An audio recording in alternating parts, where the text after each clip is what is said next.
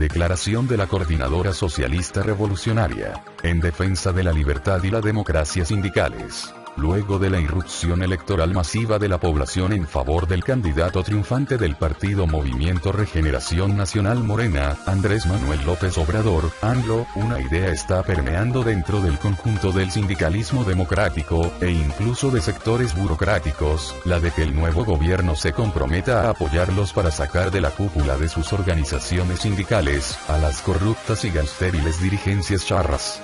Todos estos sectores están ilusionados en que se repita una espectacular y autoritaria decisión del Poder Ejecutivo, como el quinazo, para encarcelar a los odiados dirigentes charros, y que imponga a las dirigencias que él considere las más representativas y democráticas.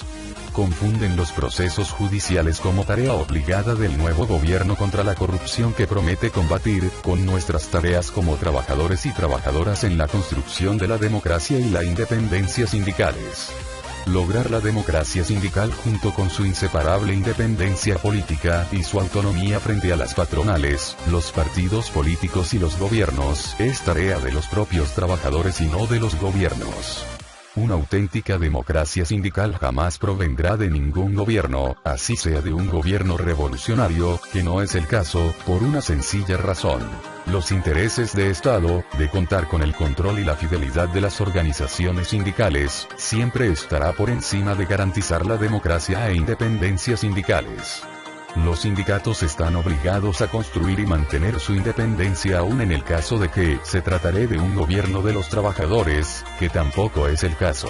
La tarea de los gobiernos, incluido el próximo, es respetar los convenios internacionales en materia de libertad sindical y derecho de asociación, contratación y negociación colectiva y huelga, así como poner a tono la legislación nacional constitucional y secundaria con esos principios amparados por esos convenios.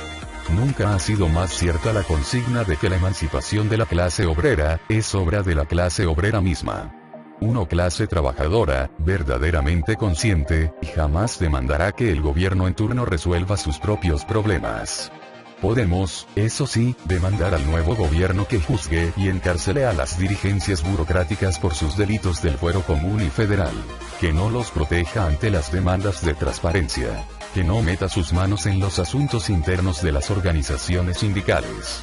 Que haga públicos el registro de asociaciones sindicales y de contratos colectivos, que no obstaculice el nacimiento de las organizaciones sindicales independientes.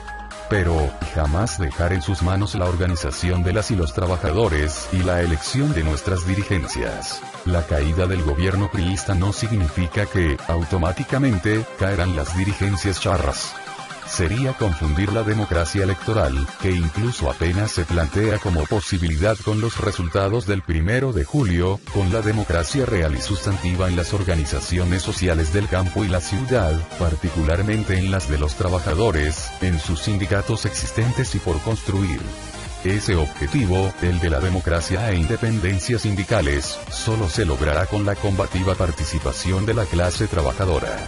Es esta la gran oportunidad y el enorme peligro que abre la irrupción electoral de las masas como mera posibilidad, que se plantea como disyuntiva. O se acepta el reto de construirse como sujeto unido, organizado democrática e independientemente del nuevo gobierno, lo que significa recuperar su sentido clasista, o permite con su ausencia o sectarismo que se repita la historia de la debacle pero ahora con tonalidades trágicas. El mejor ejemplo de esta disyuntiva lo representan nuestros compañeros y compañeras de la Coordinadora Nacional de Trabajadores de la Educación, CENTE.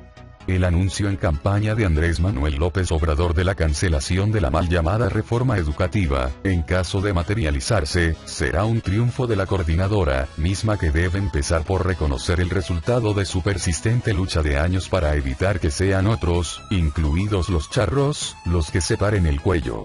Es con esa autoridad moral, política y educativa pedagógica que la coordinadora ahora puede y debe exigir que efectivamente se cancele tal reforma de forma integral y proponer el proyecto alternativo de educación, que junto con el resto del sindicalismo de otros niveles educativos, el de la ciencia y la cultura, debe construir para ofrecerlo y oponerlo al de las concepciones empresariales que seguramente seguirán presentes, eventualmente con más bríos. Es el momento que la coordinadora debe aprovechar para demandar la realización de un Congreso General extraordinario, electo democráticamente, y nuevas elecciones para renovar al conjunto de las direcciones delegacionales, seccionales y nacional del Sindicato Nacional de Trabajadores de la Educación. Es, en ese mismo rumbo, el momento para que la coordinadora y los demás sindicatos democráticos de la educación de las universidades, los tecnológicos, los centros de investigación y los de la cultura, recuperen sus derechos laborales colectivos plenos y den pasos hacia una nueva organización de todos los y las trabajadoras de la educación, la ciencia y la cultura de todos los niveles. La otra opción en esta disyuntiva está clara: la renovación del corporativismo sindical y la imposición de un modelo educativo proempresarial, además de la cancelación de las aspiraciones más amplias del conjunto del sindicalismo democrático. Por otro lado, es también tarea del nuevo gobierno dejar de lado los ánimos corporativos del pasado y auspiciar las aspiraciones de autonomía e independencia del sindicalismo auténtico. Corresponde en ese rumbo, si la lucha contra la corrupción aspira a una tonalidad de credibilidad, atacar el núcleo de la corrupción presente en las organizaciones sindicales y, sobre todo en la relación de esos sindicatos y centrales con las empresas y con los gobiernos. La así llamada en el ámbito sindical, la delincuencia sindical organizada, habla solo de uno de los participantes, los líderes sindicales, en unas relaciones laborales corruptas en las que actúan de manera interesada y deliberada, los patrones y los gobiernos. Su expresión extrema, ya lo sabemos, es el sindicalismo y contratismo de protección, que encuentra su terreno más fértil en el outsourcing. Finalmente, consideramos que siendo los derechos laborales colectivos mencionados, derecho de asociación, contratación colectiva auténtica y de huelga, sumamente importantes y muy ligados a la corrupción y al control corporativo y patronal de los trabajadores y trabajadoras, lo que obliga a su amplia e irrenunciable defensa. No se trata de cerrar los ojos ante las evidentes transformaciones del mundo empresarial y del trabajo en su organización y en el uso de las nuevas tecnologías de la producción y la distribución de mercancías. Por el contrario, se trata de contemporizar, en la regulación del trabajo y de las relaciones laborales, con los nuevos métodos de la producción y la distribución, con el uso de las nuevas tecnologías, dejando de lado las concepciones retrógradas patronales y del sindicalismo entreguista, disfrazadas de modernas.